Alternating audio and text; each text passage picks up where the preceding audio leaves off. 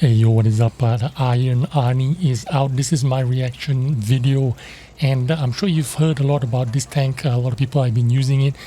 Some have been saying this is a good tank. Some people have been saying this is an absolutely bad tank. And I'll tell you straight up, this is a good tank. It is a medium tank. It is an all-rounder tank. But I'm going to tell you, some good players are going to say this tank is really trash, it's really bad, and I'm going to explain to you why. This is a medium tank. It has all the hallmarks of a good medium tank, pretty good armor. The penetration is absolutely amazing, 230 pen on the standard shells, and the premium shells are heat with 330 pen and relatively good velocity, 1073 velocity and 1080 on standard AP shells velocity. So this is a pretty good all-rounder tank with pretty good armor, and for most people this tank is going to perform pretty good. Is it above average? I would say for a normal player, I'm going to say this is a pretty good tank, and I'm going to say a lot of the good players or unicum players or whatever you want to call them, the experienced players, they're not going to like this tank very much. They're going to say, in fact, some are going to say this tank is pretty bad, and I'll tell you why.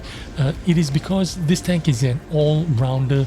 This means it does not have any kind of redeeming quality that makes it stand out compared to other tanks. I mean, it's got pretty good armor, pretty good mobility, pretty good vision. Everything about this tank is pretty good. It is a pretty good all-rounder, but when you are talking about good players, experienced players, pro players, they want outstanding performance in some parameters. When I'm talking about some parameters, I'm talking about, you know, you've got to have something special other than being an all-rounder. You need to have maybe amazing mobility, maybe incredible view range, maybe super accurate gun. This tank does not have any of those things. It does not have a combination of really good mobility and a good gun, for example. And the reason why experienced players, pro players, good players really like extreme good qualities is because when you are a good player, experienced player, you are going to exploit one or two of those important qualities. Example, if you have a tank that has incredible accuracy and high alpha, for example, if you have these two things, then you can work around the performance parameters of those particular tanks. Now, I managed to kite this BZ a couple of times. I only show him my lower plate, and once he shot my lower plate, I'm just going to pen him twice, and then I'm going to retreat. Now I'm going to kite him again. I'm going to try and side scrape and see if I can shoot a little bit of his turret. But the problem with the Iron Arnie is the dispersion is 0.42. It's not very good, so you're going to miss a lot of these pixel shots. And I managed to kite him, keep falling back, angle my armor, and he's going to shoot my lower plate again and bounce me again. He's firing that HE shell, the AP shell with the 650 alpha, and he did not pen. And then I'm just going to punish him and finish him off. Completely outplayed this BZ-176. But as I was saying to you, this Iron Arnie isn't a bad tank.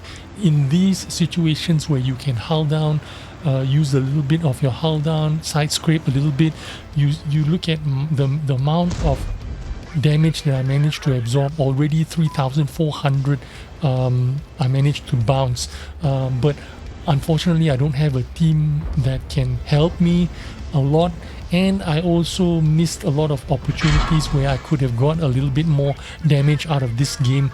But like I was saying, a lot of good players are going to hate this tank just because of that reason.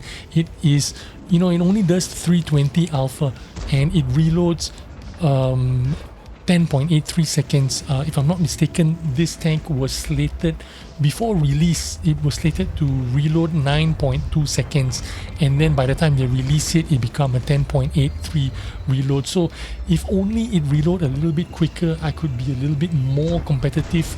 But I'm gonna say that the Iron Arnie is actually pretty well balanced tank. It is not OP at all, but it does have pretty good armor. But unfortunately, you're not going to be using your armor all the time. You do need a little bit of alpha.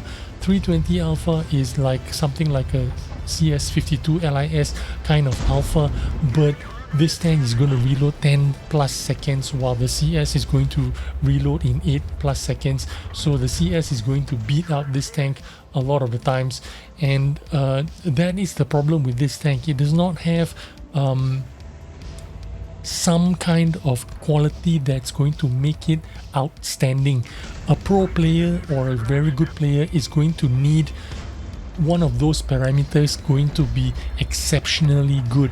Maybe the alpha, maybe the accuracy, or maybe a combination of the alpha and the accuracy. Let's say this was a 360 alpha with 3.6 dispersion instead of what it is now.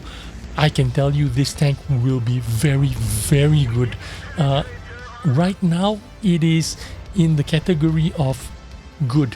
I'm even gonna say maybe above average good. It's gonna be pretty good, but it is not super good.